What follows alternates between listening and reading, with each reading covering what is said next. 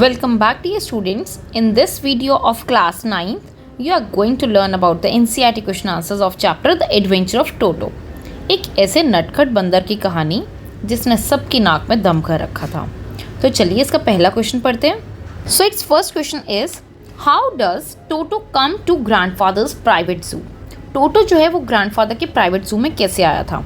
It's answer is one day he saw this attractive monkey with a Tonga driver. The monkey was tied to a feeding trough and seemed out of place there. Grandfather loved animals, so he decided to buy Toto from the Tonga driver and bought it for 5 rupees. Grandfathers को जानवर बहुत ज़्यादा पसंद थे, तो इसलिए grandfather ने जब एक दिन टोंगा ड्राइवर के पास में एक अट्रैक्टिव मंकी देखा तो उनको लगा कि इसको भी मैं अपने जो प्राइवेट जू है उसके लिए ले चलता हूँ। तो इसीलिए उन्होंने जो है टोटो को, जो कि एक मंकी था, उसको टोंगा ड्राइवर से 5 रुपये में खरीद लिया। Next question is Toto was a pretty monkey. In what sense is toto pretty? It's answer is toto had bright eyes sparkling with mischief, pearly white teeth, quick and wet fingers, and a gracious tail which served as a third hand. He could use his tail to hang from branch and to scoop up any delicacies that might be out of reach of his hands. Altogether, all these qualities made him pretty. टोटो जो है उसकी बड़ी बड़ी sparkling आंखें थी जिसमें हमेशा शरारतें भरी रहती थी, और उसकी जो पूंछ थी वो उसके तीसरे हाथ का काम करती थी। उसी से वो पेड़ की टहनियों पर लटकता और जो चीज़ें उसके हाथ से दूर होती थी, उसकी पहुंच से दूर होती थी, उनको वो पकड़ लेता था। इन्हीं सब क्वालिटीज़ की वजह से टोटो को एक प्रिटी मंकी कहा गया। तो third question is why does grandfather take Toto to Saharanpur and how? Why does the ticket collector insist on calling Toto a dog? So its answer is grandfather takes Toto to Saharanpur because he would not allow his companions to sleep at night. Grandfather had to leave Dehradun the next day to collect his pension in Saharanpur. So he decided to take Toto along with him. He took him in a bag by train. The ticket collector insisted on calling Toto a dog because he did not have any fixed fare for a monkey. The monkey could not be charged as a human being. So he decided to categorize it as a dog and charge accordingly. टोटो बहुत ज़्यादा शरारती था और grandfather को अपनी pension लेने के लिए सहारनपुर जाना था, तो उनको लगा ये अपने बाकी संगी साथियों को रात को सोने नहीं देगा, उनको तंग करता रहेगा। इसीलिए उन्होंने क्या सोचा कि इसको मैं बैग में डाल के अपने साथ ट्रेन में ले जाता हूँ। अब वहाँ पे जब टिकट कलेक्टर मिला तो उन्होंने कहा कि इसके ऊपर जो टोटो है उसकी डॉग के फेयर के लिए, जो डॉग के लिए फेयर होता है वो फेयर उसके लिए चार्ज होगा। अब वैसे तो वो मंकी था, बट डॉग का फेयर इसलिए बोला क्योंकि मंकीज़ के लिए कोई भी स्पेशल कैटेगरी नहीं थी, तो इसीलिए उन्होंने जो है, और उसको ह्यूमन बीइंग की तरह पे तो चार्ज नहीं किया जा सकता था, तो इसीलिए उन्होंने उसको जो है वो डॉग के लिए कैटेगराइज करके और उसी के अकॉर्डिंगली चार्ज किया। Now the fourth question is, how does Toto take a bath? Where has he learned to do this? How does Toto almost boil himself alive? So its answer is, Toto took a bath by first checking the temperature of the water with his hand.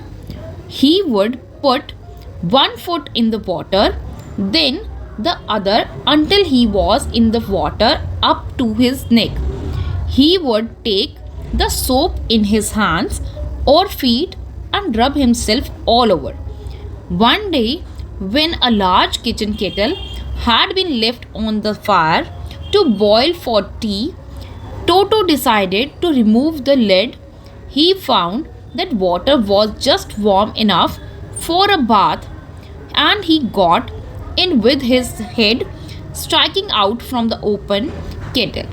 The water began to boil. He continued hopping up and down for some time until grandmother arrived and hauled him out of the kettle. That's how he almost boiled himself alive.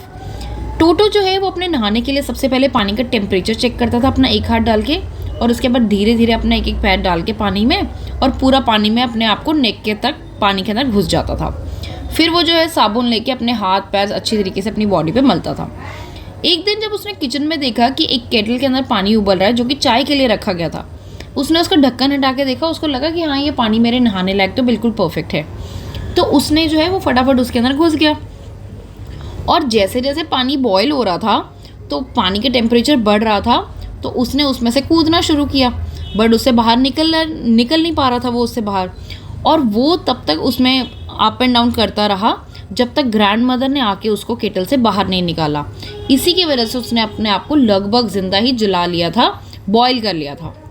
Now the fifth question is, why does the author say Toto was not the sort of pet we could keep for long?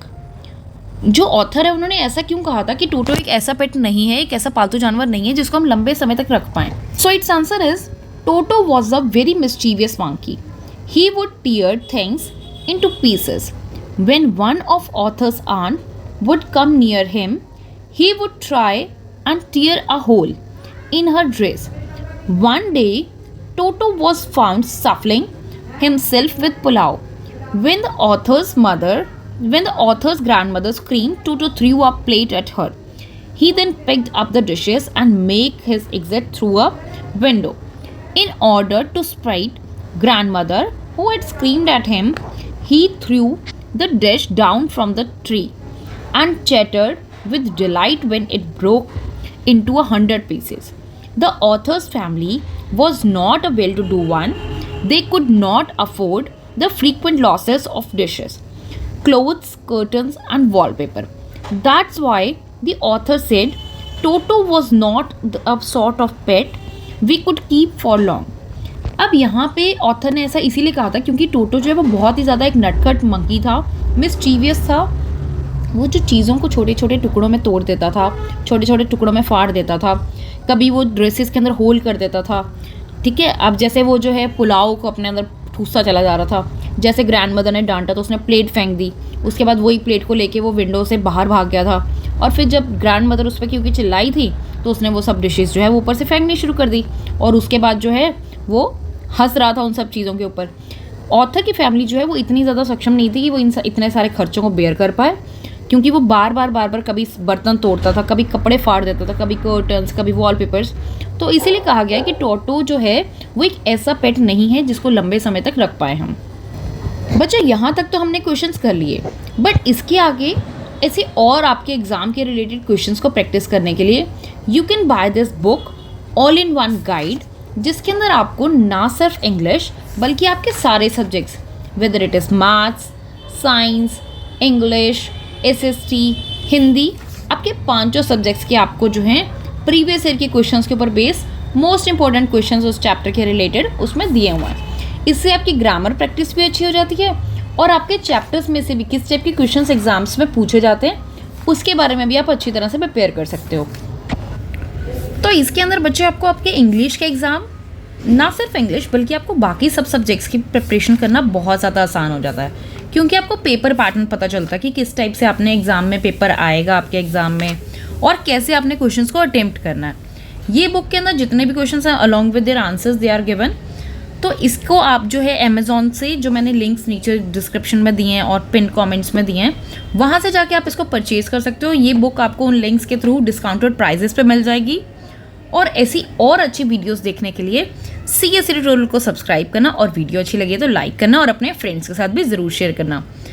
Thanks for watching.